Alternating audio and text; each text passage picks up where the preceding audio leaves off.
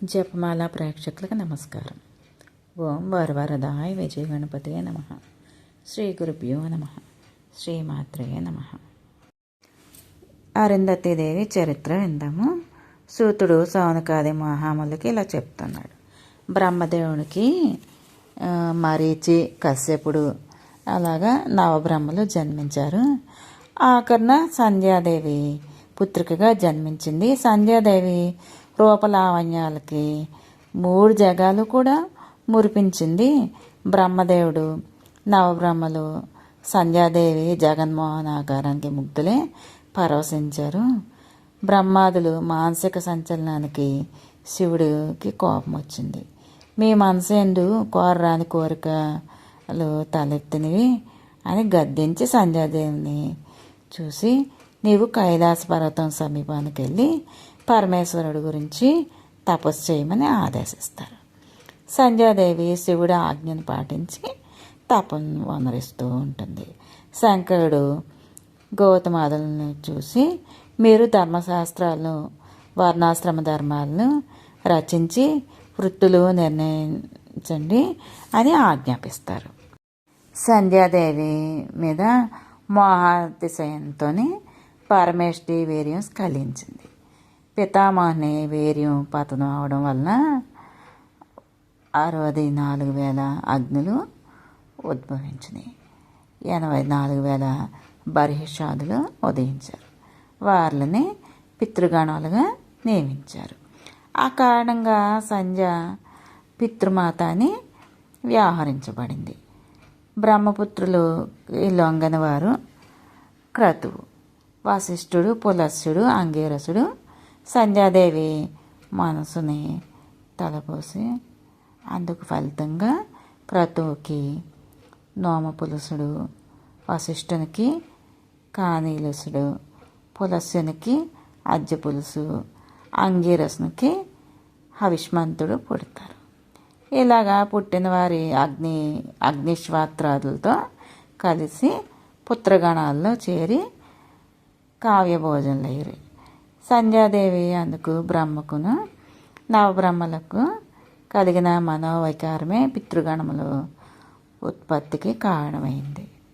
దక్షునికి లోకోత్తర సౌందర్యవతి అయిన కన్యకు జన్మించింది. ఆవిడ పేరే రతీదేవి. రతీదేవి సౌందర్యం చూసి త్రిమూర్తులు అభినందించారు. ఆవిడకి అందచందాలకి తగినవాడు విష్ణుదేవుని కుమారుడు మన్మధుడని యోచించి వారి ఇరువురికి వివాహం చేస్తారు. త్రిమూర్తులు రతి మన్మధులను చూసి, మీరు ఇద్దరు కూడా ముల్లోకాలందరికీ కూడా యథేచ్ఛగా సంచరించండి. స్త్రీ పురుషుల ఇద్దరిని కూడా ఒకరినొకరు మనోవికారం కల్పించి ప్రేమ పాశాలు తగులుకునేటట్టుగా చేయండి. సంభోగ వాంఛలు పురుగొలిపి సృష్టి కార్యాలకి దోహదం చేయండి. సృష్టికర్తకు తోడ్పడండి అని ఆశీర్వదిస్తారు.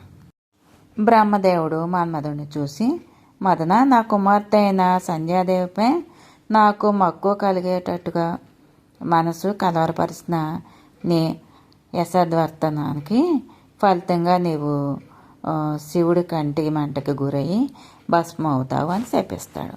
తదనంతరం బ్రహ్మ వశిష్ఠుని పిలిచి, సంధ్యాదేవి కైలాస పర్వతానికి వెళ్ళి తపం చేస్తుంది. ఆవిడకి నీవు పంచాక్షరాన్ని మహామంత్రంగా ఉపదేశించు.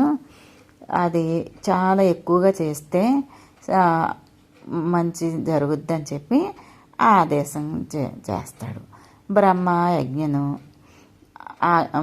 ఆజ్ఞకి వశిష్ఠుడు పాటించి సంధ్యాదేవి వశిష్ఠుని ఉపదేశం మేరకు శివ పంచాక్షర మహామంత్రం చాలా నిష్టగా జపిస్తుంది.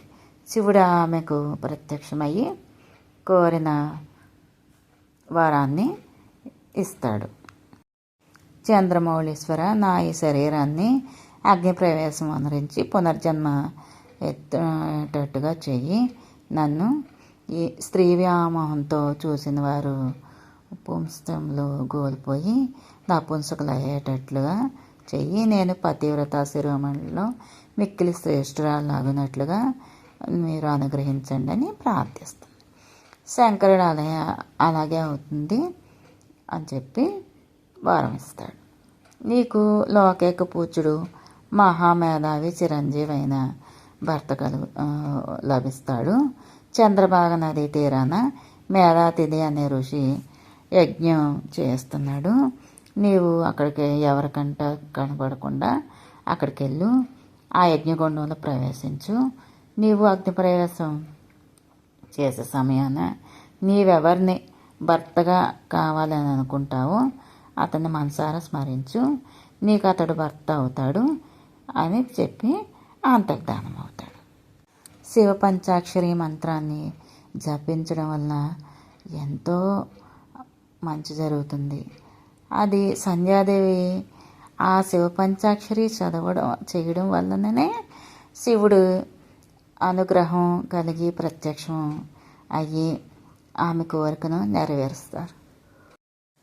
ప్రజ్ఞా దురంధరుడు మహామేధావి శమదమాది షడ్గుణ సంపన్నుడు తపోధనుడు బ్రహ్మర్షి అయిన వశిష్ఠుడు అరుంధతీదేవికి తగిన వరుడని బంధుమిత్రులందరూ కూడా ఏకగ్రీవంగా నొక్కి వక్కాణిస్తారు. మేధాతిథి వశిష్ఠ మహాముని సగౌరవంగా రప్పించి ముని బృంద సమక్షంలో బంధుమిత్రులతో కూడి అరుంధతీదేవిని ఆయనకి వివాహం చేస్తారు. శివ పంచాక్షరి మహామంత్ర జపం చేయడం వల్ల సంధ్యాదేవి ఆత్మస్వరూపమే అరుంధతీదేవి నిజరూపం. అరుంధతి దేవి నారీ లోకాలలో మహాపతివ్రత తిలకం. పతివ్రతల పరిషత్తుల్లో శిరోమణి వంటిది అని సూతుడు సౌనకాద మహామునులకి నందీశ్వరుడు మార్కండేయుడికి తెలిపారు. ఇక తర్వాత దక్షయజ్ఞం గురించి విందాము. ఓం నమః శివాయ.